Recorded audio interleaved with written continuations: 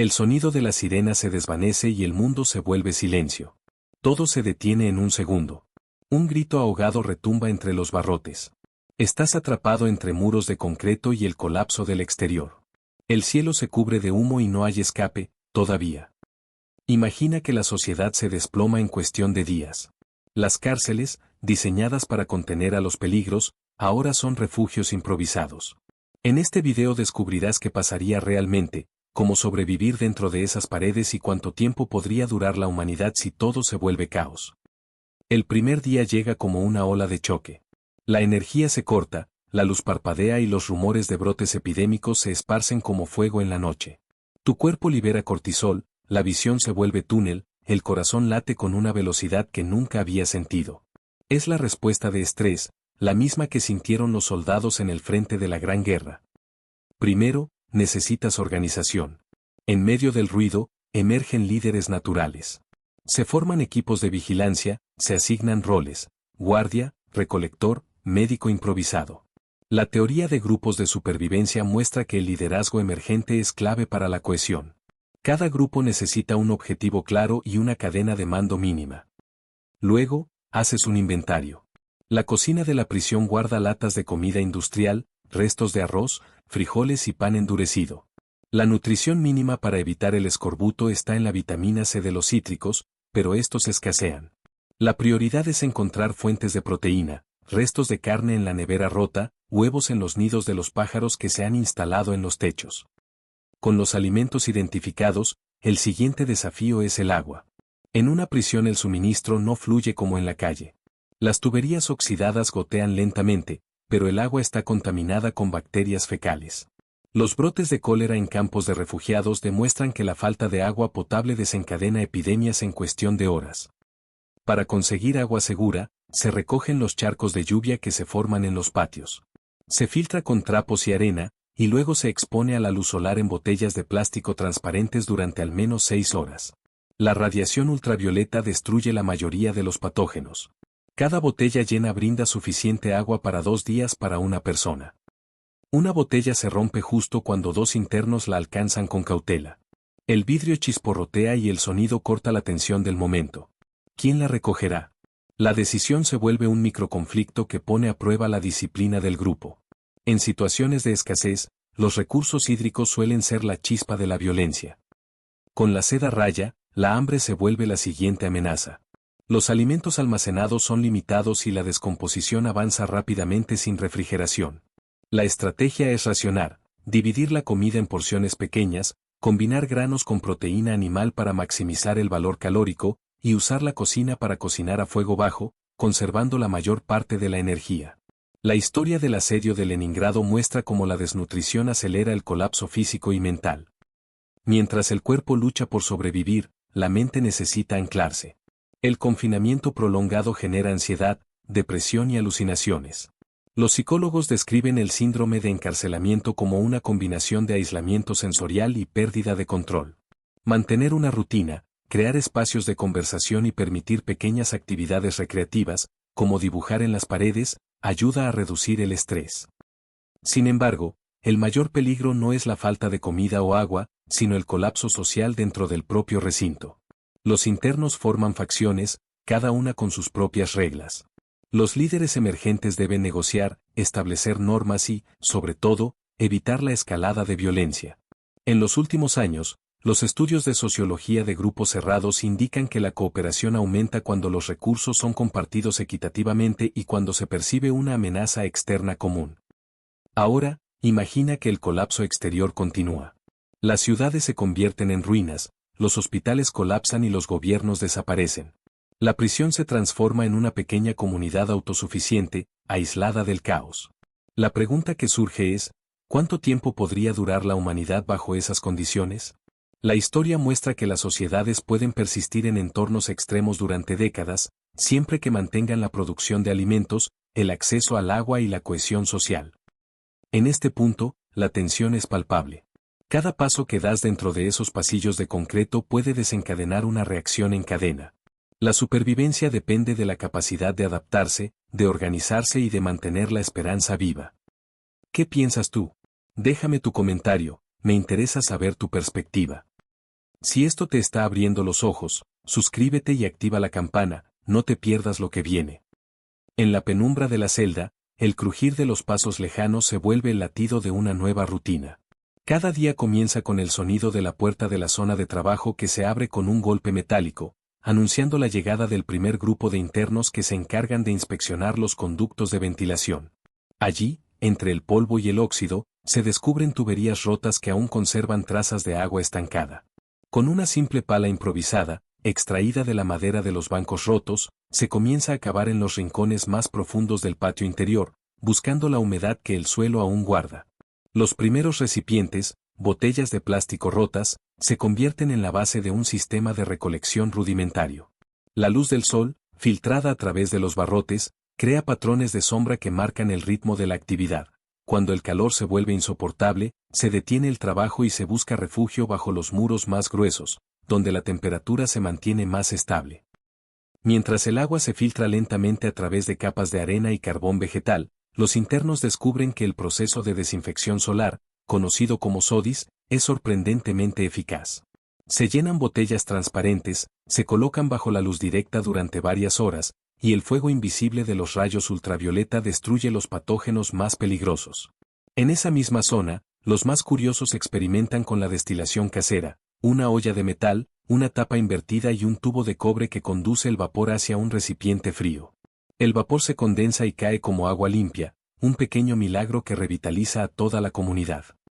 El hambre, sin embargo, sigue acechando como una sombra persistente. La cocina de la prisión, diseñada para alimentar a cientos de internos, se ha convertido en un territorio de disputa. Las estanterías, cubiertas de latas de conservas enlatadas y bolsas de harina, están bajo la custodia de un grupo que se autodenomina los guardianes.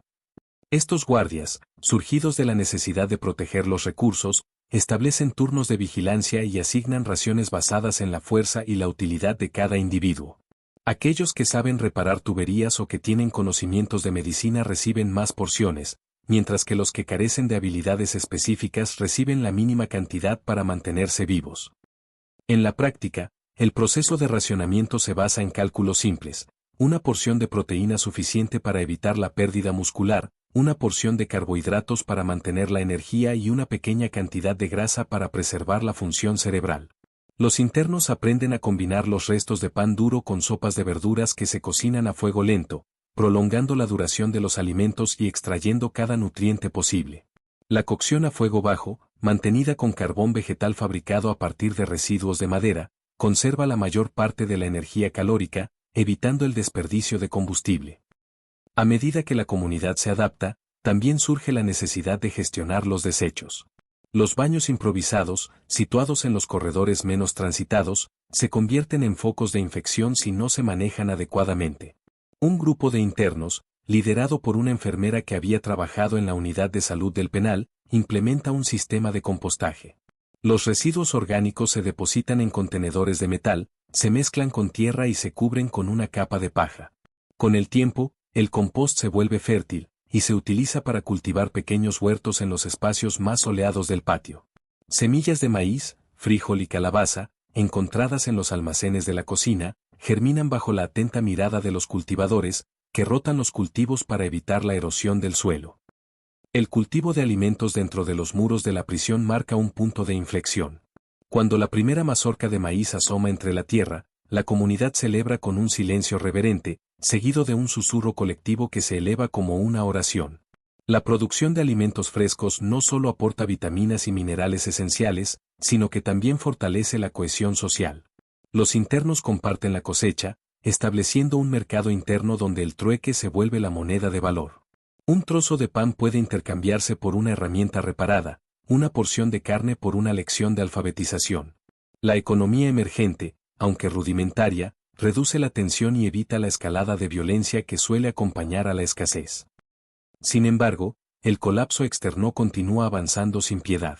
Las noticias que llegan a través de radios improvisadas, alimentadas por generadores que funcionan con gasolina almacenada, son fragmentos de caos: incendios en la ciudad, hospitales colapsados, gobiernos que se desmoronan bajo el peso de la crisis.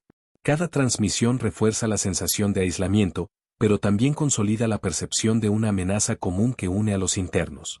La psicología del grupo muestra que, cuando la adversidad externa es clara, la cooperación interna aumenta significativamente, pues la supervivencia depende de la solidaridad. En medio de este escenario, la salud mental se vuelve tan crucial como la alimentación. El confinamiento prolongado, la falta de contacto con el mundo exterior y la incertidumbre constante generan episodios de ansiedad, depresión y alucinaciones. Para contrarrestar estos efectos, los líderes establecen rutinas diarias que incluyen momentos de reflexión, ejercicios de respiración y actividades recreativas. Se organizan sesiones de narración donde los internos comparten historias de sus vidas antes del colapso, creando un tejido de recuerdos que refuerza la identidad colectiva. Algunos dibujan en las paredes con tizas de piedra, mientras que otros construyen instrumentos musicales a partir de piezas de metal, generando melodías que resuenan en los corredores y rompen el silencio opresivo. La disciplina y la estructura también se mantienen mediante la creación de un código de conducta. Este código, redactado en una hoja de papel reciclado, incluye normas sobre el respeto al espacio personal, la prohibición de violencia gratuita y la obligación de reportar cualquier signo de enfermedad. El cumplimiento del código se supervisa mediante comités de pares, donde los propios internos actúan como jueces y mediadores, evitando la imposición de autoridad externa que podría desencadenar revueltas. La justicia restaurativa, basada en la reparación del daño y la reintegración del infractor, se muestra más eficaz que los castigos severos, pues fomenta la responsabilidad y la empatía. A medida que los meses se convierten en estaciones, la comunidad comienza a planificar a largo plazo. La generación de energía, aunque limitada, se vuelve esencial para mantener la radio en funcionamiento y para iluminar los puntos de encuentro durante la noche. Se experimenta con paneles solares improvisados, hechos con láminas metálicas y vidrio roto, que capturan la luz del día y la convierten en energía utilizable. Aunque la producción es modesta, permite cargar pequeños dispositivos y alimentar luces LED que reducen la sensación de oscuridad total. La pregunta que flota en la mente de cada interno es, ¿cuánto tiempo podría durar la humanidad bajo estas condiciones? La historia ofrece ejemplos de comunidades que han sobrevivido en entornos hostiles durante décadas, siempre que mantengan el acceso al agua, la producción de alimentos y la cohesión social. En el caso de la prisión, la capacidad de autogestión, la adaptación a los recursos limitados y la construcción de una cultura de cooperación indican que la supervivencia podría prolongarse más allá de lo que muchos imaginarían. Sin embargo, la vulnerabilidad ante amenazas externas sigue latente. Si los saqueadores de la superficie logran romper las puertas, o si una nueva ola de enfermedad se propaga sin control, el frágil equilibrio podría colapsar de nuevo. En este punto, la tensión es palpable. Cada paso que das dentro de esos pasillos de concreto puede desencadenar una reacción en cadena. La supervivencia depende de la capacidad de adaptarse, de organizarse y de mantener la esperanza viva. ¿Qué piensas tú? Déjame tu comentario, me interesa saber tu perspectiva. Si esto te está abriendo los ojos, suscríbete y activa la campana, no te pierdas lo que viene. Ahora, imagina que la noche se vuelve más fría y el viento golpea los muros con una fuerza que parece intentar romperlos. Dentro, el fuego de la lámpara de aceite parpadea, proyectando sombras que bailan sobre los rostros cansados. Un susurro se eleva desde el extremo del corredor, ¿y si mañana ya no hay luz? Esa pregunta reverbera en la mente de todos, recordándoles que la vulnerabilidad es constante y que cada recurso cuenta. En respuesta, la comunidad decide reforzar la producción de combustible. Se recoge grasa animal de los restos de los animales sacrificados para la alimentación y se procesa mediante un sencillo método de ablación, obteniendo aceite que luego se filtra y se almacena en bidones de metal. Este aceite se combina con restos de madera para crear una mezcla de combustible más densa, capaz de alimentar los generadores durante más tiempo. La experimentación se vuelve un proceso colectivo, cada intento fallido se convierte en una lección, y cada éxito se celebra como una victoria que prolonga la luz en la oscuridad. Mientras tanto, la gestión de la salud sigue siendo una prioridad. Los internos que han aprendido técnicas de primeros auxilios organizan talleres donde se enseña a reconocer los signos tempranos de deshidratación, de infecciones cutáneas y de enfermedades respiratorias. Se establecen zonas de cuarentena dentro de la prisión, aislando a los enfermos para evitar la propagación. Los remedios naturales, extraídos de plantas que crecen en los jardines improvisados, complementan los escasos suministros médicos. La corteza de ciertos árboles se utiliza como antiinflamatorio, mientras que las hojas de menta se convierten en un alivio para los dolores de cabeza. El aspecto psicológico también evoluciona. Se forman grupos de apoyo donde los internos pueden expresar sus miedos y frustraciones sin temor al juicio. La escucha activa y la empatía se convierten en herramientas de supervivencia tan esenciales como la comida. Los relatos de esperanza, los sueños compartidos sobre un futuro fuera de los muros, alimentan la resiliencia colectiva. Cada historia que se cuenta refuerza la idea de que, aunque el mundo exterior se haya derrumbado, la humanidad sigue viva dentro de cada individuo. A medida que la comunidad se vuelve más autosuficiente, surgen nuevas preguntas sobre el futuro. ¿Podrían los internos construir una estructura más permanente, una especie de refugio que les permita resistir incluso si el exterior se vuelve hostil durante décadas? La respuesta comienza con la arquitectura improvisada. Se utilizan los ladrillos rotos, los bloques de hormigón y los paneles de metal para reforzar los muros y crear habitaciones más seguras. Se construyen techos de tela resistente para proteger los cultivos de la lluvia intensa, y se levanta una pequeña zona de almacenamiento subterráneo donde se guardan los alimentos en conserva, protegidos de la humedad y de los roedores. En este proceso, la colaboración entre los internos se vuelve más compleja pero también más eficiente. Cada individuo aporta una habilidad específica: el que sabe soldar, el que entiende de mecánica, el que tiene conocimientos de botánica, el que posee destrezas de liderazgo. Esta diversidad de talentos crea una red de interdependencia que fortalece la estructura social. La confianza se construye a través de pequeñas victorias diarias, y la desconfianza se reduce cuando los grupos descubren que la cooperación genera resultados tangibles. Sin embargo, la presión externa nunca desaparece. Los rumores de grupos armados que deambulan por las calles en busca de recursos hacen que la vigilancia sea constante. Los internos establecen patrullas nocturnas, armados con palos de metal y herramientas improvisadas, para vigilar los accesos. Cada guardia que completa su turno regresa con la adrenalina aún latente, pero también con la certeza de que la seguridad del grupo depende de su valentía. A medida que los años avanzan, la comunidad comienza a registrar sus experiencias en un cuaderno de papel reciclado, creando un archivo de conocimientos que podría servir a futuras generaciones. Se anotan los métodos de purificación de agua, las recetas de alimentos, los tratamientos médicos y las lecciones aprendidas sobre la gestión del conflicto. Este registro se convierte en un legado, una guía que trasciende la supervivencia inmediata y abre la puerta a la reconstrucción de una sociedad más organizada. La idea de reconstrucción se vuelve cada vez más tangible. Los internos comienzan a imaginar la posibilidad de ampliar sus cultivos, de crear una pequeña granja dentro del recinto, de domesticar animales que puedan proporcionar leche y carne de forma continua. Se estudian los patrones de reproducción de los conejos y se construyen corrales seguros. Se exploran técnicas de irrigación sencilla, utilizando la gravedad para canalizar el agua de los tanques superiores hacia los surcos de los huertos. Cada proyecto se lleva a cabo con la precisión de quien sabe que el futuro depende de cada detalle. En medio de este proceso, la narrativa interna del grupo evoluciona. Los relatos de heroísmo, de sacrificio y de solidaridad se convierten en mitos fundacionales que refuerzan la identidad colectiva. Los internos, antes desconocidos entre sí, ahora comparten una historia común que los une más allá de su condición de encarcelados. La prisión deja de ser solo un lugar de confinamiento y se transforma en una comunidad que, pese a las adversidades, ha aprendido a crear significado y propósito. La pregunta final que flota en la mente de cada uno es si esa comunidad podrá perdurar cuando el mundo exterior haya cambiado irrevocablemente. La respuesta no está escrita en piedra, pero los indicios son claros. La capacidad de adaptarse, la voluntad de cooperar y la preservación del conocimiento son los pilares que sostienen cualquier intento de supervivencia prolongada. Cada decisión tomada dentro de esos muros de concreto es una pieza del rompecabezas que determina el futuro de la humanidad bajo esas condiciones. Código Extinción.